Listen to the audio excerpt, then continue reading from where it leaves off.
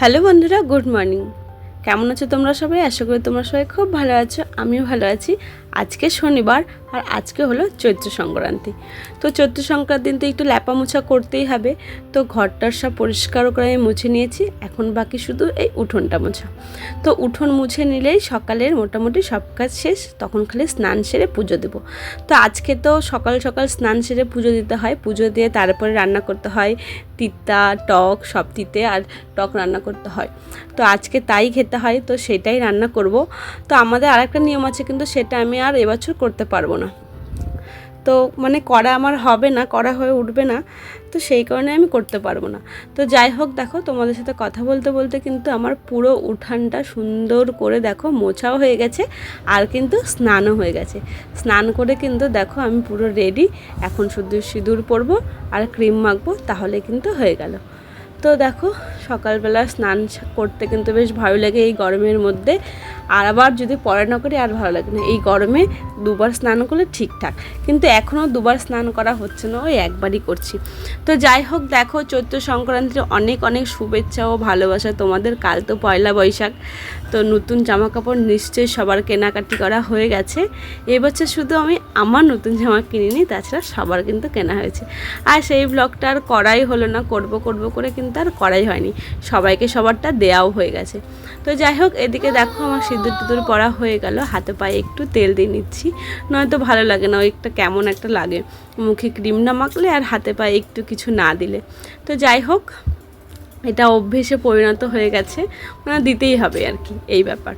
তো দিয়ে দিলাম। আর একটা ছোট্ট একটা টিপ পরে নেবো, নয়তো আনকমপ্লিট লাগে মুখটাকে পুরো। সিঁদুর আর টিপ না থাকলে মুখটা দেখতে ভালো লাগে না, সেই কারণে একটা ছোট্ট একটা লাল টিপ পরি আর একটু সিঁদুর লাগাই। তো যাই হোক, সিঁদুর টিঁদুর আমার পরা কিন্তু হয়ে গেল। Good morning friends, welcome back to my channel Arnada lifestyle. কেমন আছো তোমরা সবাই? আশা করি তোমরা সবাই খুব ভালো আছো। আমিও ভালো আছি। আজকে চৈত্র সংক্রান্তি। চৈত্র সংক্রান্তির অনেক অনেক শুভেচ্ছা ও ভালোবাসা তোমাদের। তো আমার সকালে সমস্ত কাজ হয়ে গেছে, এখন করব আমি পুজো। স্নান করে সেটা পড়লাম। এবার তাহলে চলো ঠাকুর ঘরে যাওয়া যাক। আর দেখো পুজো কিন্তু আমার দেয়া হয়ে গেছে। আমাদের আজকে জবের ছাতু দিয়ে কাঁচা আম দিয়ে মেখে ওই প্রসাদ দিতে হয়। তো ওই কাঁচা আম দিয়ে আর জবের ছাতু দিয়ে মেখে গোল গোল করে দেখো ঠাকুরের থালায় আমি দিয়ে দিয়েছি। দিয়ে কিন্তু পুজো দেওয়াও আমার হয়ে গেছে। আর এখন যেতে হবে আমাকে রান্নার দিকে, কারণ কি রুদ্র বাবা তো কালকে রাতে এসছে, তোমরা জানোই। তো ও আবার সকাল সকাল বেরিয়ে যাবে। সকাল বলতে আজকে একটু লেটে যাবে, 10টা সাড়ে 10টায় যাবে বলেছে। তো ওই কারণে কিন্তু ও বাজার থেকে বাজার নিয়ে চলে এসছে, আর এদিকে ও স্নানও হয়ে গেছে। আর আমি ফটাফট করে এখন রান্না করব। দেখো কি কি রান্না করছি বলো তো।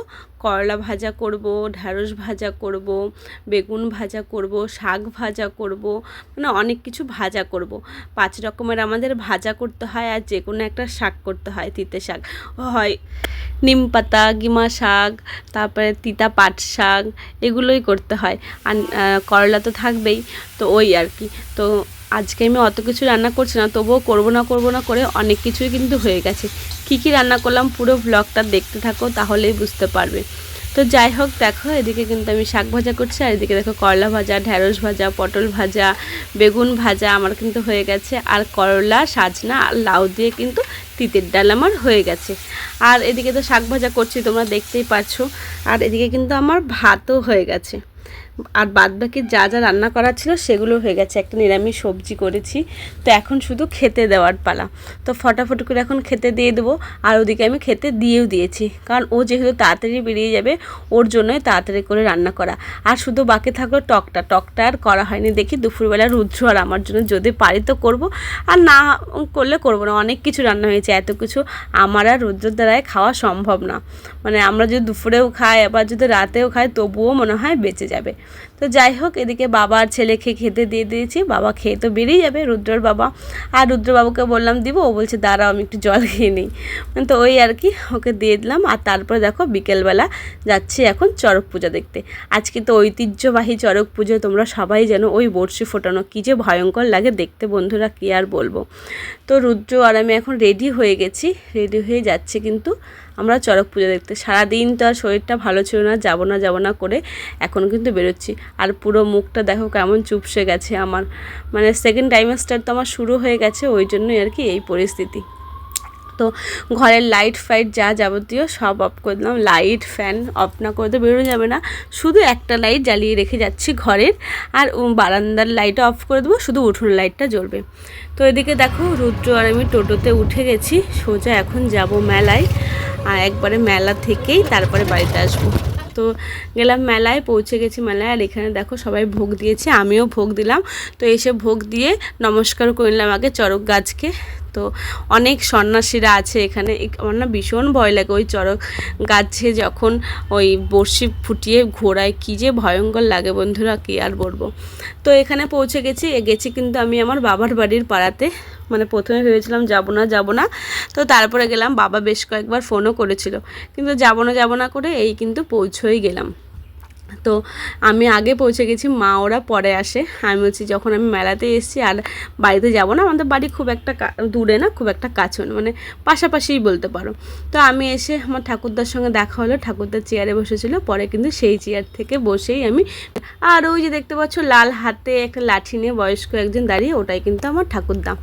তো যাই হোক, সবাই ভোগ দিচ্ছে আর দেখে আমার ভীষণ ভয় লাগে, রুদ্রও ভয় পাচ্ছিল, ওই যখন ওই বড় বড় তানে লাফালাফি করে। আর এদিকে দেখো কি ভয়ঙ্কর কী যে হয়ে গেল, এদের বুঝতেও পারি না কি যেন এসে করলো, আর সব এরকম লাফাচ্ছে, কি ভয় লাগে না বলো।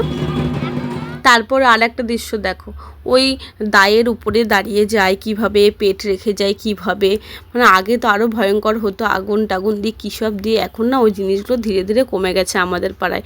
আগে খুব বেশি ভয় লাগতো যখন আমরা ছোট ছিলাম। তো যাই হোক, এইটা দেখেও ভয় লাগে না, পেটের কেটে যায় না কি যে উপরে দাঁড়ায়, তার উপরে আরেকজন দাঁড়ায়, দেখে ভয় লাগে। তো যাই হোক, এদিকে এখন চলছে সন্ন্যাসীদের নৃত্য, আর তারা পুরো মাস ধরে এইভাবে এই নিরামিষ খায়, নিরামিষ খেয়ে থাকে, এই রোদের মধ্যে ঘুরে ঘুরে ওই পাট ঠাকুর নিয়ে ঘোরে, এর বাড়ি তার বাড়ি, কি ভয়ঙ্কর ব্যাপার। তো এদিকে দেখো একজন কালী সেজেছে, আর সবাই কাছে কাছে যাচ্ছে, আর সবাই ভয় পেয়ে যাচ্ছে, সব বাচ্চাগুলো ভয় পেয়ে যাচ্ছে। তো যাই না সত্যি না কি করে ওরা, হাতেই দেখো কত বড় বড় শিক ঢুকিয়েছে, বাবা দেখেও ভয় লাগে, কি ব্যথা যে করে পরে কি না জানি না, তাও অবশ্য। আর একজনের পিঠে তো বর্ষি ফুটাবে, তোমরা দেখো কীভাবে একদম পই পই করে হাওয়ার মধ্যে ঘোরাচ্ছে। আর এদিকে রুদ্রকে বলছে যা দিয়াই টাকাটা, যা দিয়াই, ও ভয় পাচ্ছে, একবার সামনে যাচ্ছে একবার পেছনে যাচ্ছে। তারপর ওরা চলে গেছে একটু দূরে, তারপরে সে দূরে গিয়ে ও কিন্তু টাকা দিয়েছে, ওই যে দেখো যাচ্ছে, মানে ভয় পাচ্ছে। আমি এই পাশ দিয়ে যা, এই পাশ দিয়ে যা, না ও পেছন দিয়ে ঘুরে যাচ্ছে, ও ভয় পাচ্ছে, ভীষণ ভয় পাচ্ছে হাতে ওই সব দেখে নিয়ে। তো তারপরে গেল, গিয়ে টাকা দিয়ে আসলো। আর ওই যে আমার বাবা পুচকুকে কোলে নিয়ে আছে, আমার ভাইয়ের মেয়েকে, বাবুকে দেখতে পেয়ে আমার বাবা চলে এসেছে। তো ওই যে দেখো আমাদের কটকটি বুড়িকে নিয়ে বাবা আসলো। আর এবার দেখো ওই বর্ষি যে ফুটাবে তার তোড়জোড় চলছে, সেই জন্য আগে চড়ক গাছটাকে দুজন মিলে ভালো করে ঝুলে ঘুরে নেয়, কারণ পিঠে ওই এত বড় একটা জিনিস ঢুকানো হবে, তারপর যদি ছিঁড়ে টিড়ে পড়ে, ওটা একটা আমার এত ভয় লাগে, দেখে আতঙ্ক লাগে বুকের মধ্যে, মানে ভীষণই ভয় লাগে। তো তারপরে দেখো যে দুজন ঘুরছে কিভাবে, তারপরেই কিন্তু বর্ষিটা ফোটানো হবে। ওই আমি তো সামনে যাই না, আমি একদম পেছনে থাকি, আমার এত ভয় লাগে দেখতে বন্ধুরা, কি বলবো। তোমাদের কার কেমন লাগে, তোমরা কেউ ভয় পাও কিনা, তোমরা চড়ক পূজা কীভাবে কাটালে অবশ্যই কিন্তু কমেন্টে জানিও। চৈত্র সংক্রান্তি তোমরা কীভাবে কাটালে। ওই যে দেখো একজনের হাতে দেখতে পাচ্ছ বর্ষিটাকে, ওইটাকেই পিঠে ঢোকানো হবে, কি যে ভয়ঙ্কর, বাবারে বাবা, এই বর্ষি পিঠে ঢোকায় রক্ত টক্ত বলে বেরোয় না। ওই যে দেখো পিঠে কিন্তু ওর ফোটানো হয়ে গেছে, ফুটিয়ে নিয়ে গোটা মাঠটা একবার না দুবার তিনবার মনে হয় প্রদক্ষিণ করে নেয়, তারপরে তাকে ঝোলানো হয়।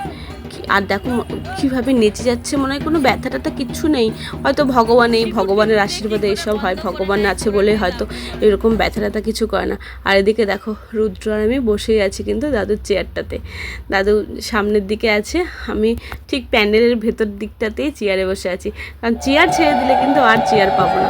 ওই যে দেখো ঘাড়ের উপর উঠে নিয়ে কয়েকজন মিলে ধরে আছে ওকে, মানে যার পিঠে বর্ষি ফোটানো হয়েছে, আর ওটাকে বাঁধা হচ্ছে।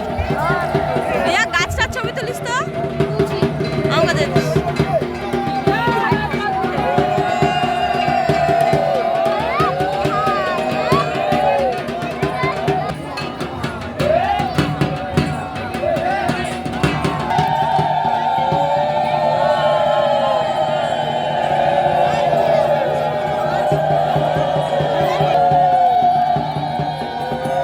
সামনে আছে দাঁড়াই পড়ে জীবনটা ভালো যাচ্ছে।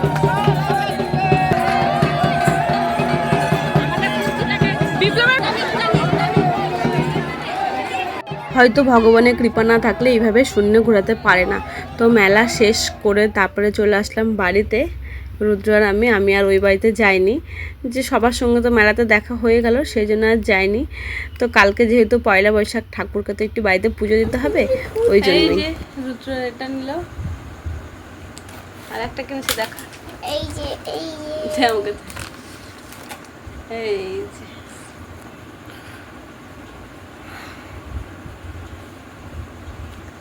আর নিয়ে এসেছি জিলেপি। তো ফ্রেশ হই, জামা কাপড় চেঞ্জ করি, তারপরে জিলেপি খাই। তারপরে চলো আজকের মতো তাহলে ভিডিওটাকে এখানে এন্ড করছি। ভিডিওটা ভালো লেগে থাকলে like, comment, share and subscribe করে দিও। আবার দেখা হচ্ছে অন্য কোনো ব্লগের সঙ্গে। ততক্ষণ তোমরা সবাই খুব ভালো থেকো, সুস্থ থেকো, টাটা।